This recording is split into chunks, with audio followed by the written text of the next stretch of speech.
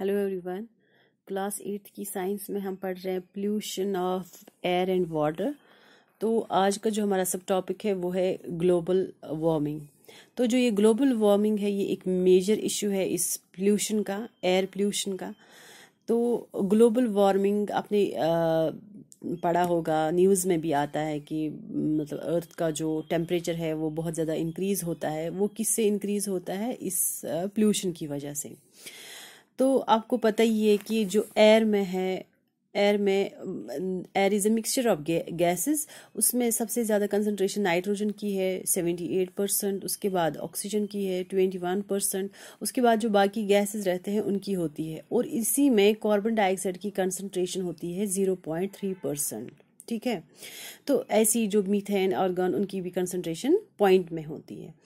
तो जो हमारा सन है, ठीक है, वो प्रोड्यूस करता है 3 तरह के रेज। एक तो है visible raise, infrared rays, ultraviolet rays. ठीक है।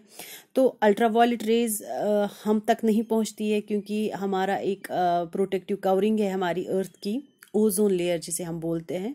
तो वो हमारी अर्थ को हार्मफुल रेज से बचाता है। तो ये जो अल्ट्रा वायलेट रेज है ये हमारी अर्थ तक नहीं पहुंचते हैं। तो इसको कौन रोकता है? O3, that means ozone layer इसको रोकता है।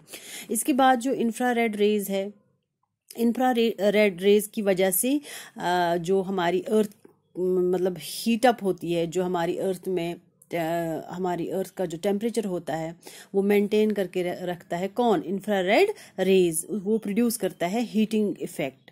ऐसी जो विजिबल रेज होता है वो कलर देता है, ठीक है, जिससे हम कलर्स देखते हैं, उसी से हमें मतलब इट गिव्स कलर्स। ठीक है।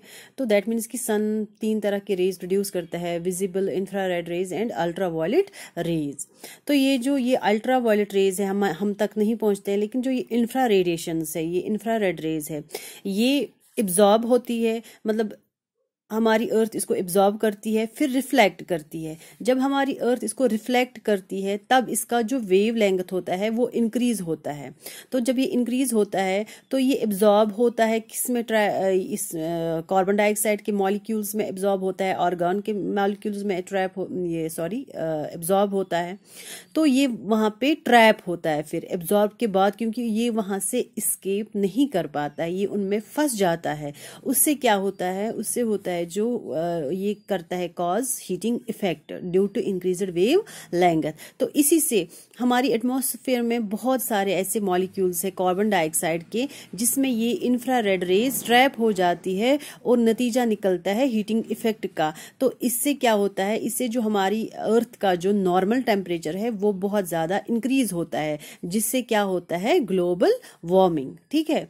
तो ऐसे ही जो ये ग्लोबल वार्मिंग होती है ये क्या होता है? ये इंक्रीज होता है, हमारे जो कंसंट्रेशन होती है हमारे एटमॉस्फेयर में, जो गैसेस की कंसंट्रेशन होती है, कार्बन डाइऑक्साइड की, मीथेन की, उनकी कंसंट्रेशन हाई होती है।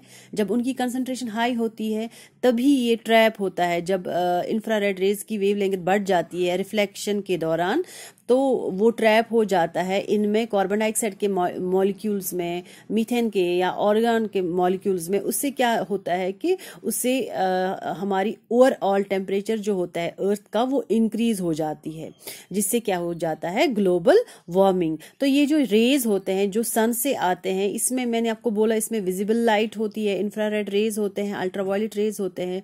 तो इसमें जो ये इंफ्रारेड रेज होते हैं और विजिबल लाइट जो होती है ये हमारी अर्थ तक पहुंचता है। तो वो जो अल्ट्रावायलेट रेज है वो तो नहीं पहुंचता है क्योंकि उसको ओजोन लेयर रोकती है।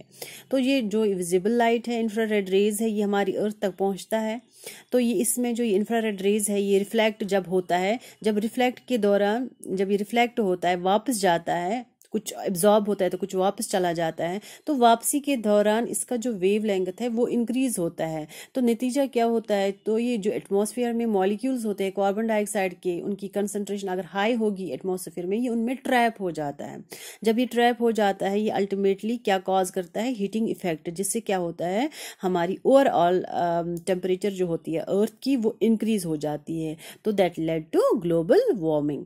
तो ऐसी जो ये रिफ्लेक्टेड वंस होते हैं, जो रिफ्लेक्टेड रेज होते हैं, ये जब पास होते हैं थ्रू अर्थ्स एटमॉस्फेयर, ये वहाँ पे ट्रैप हो जाते हैं इनके इनसाइड द गैस मॉलिक्यूल्स जो कार्बन डाइऑक्साइड के होते हैं, मीथेन के, ऑर्गन के होते हैं।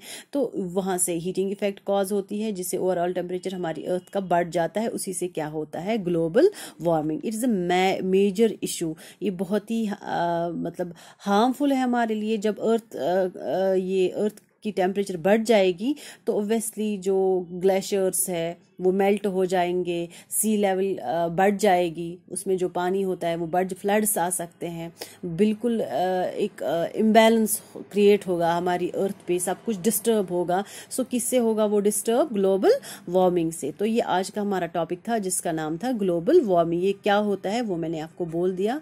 So this was it, thank you.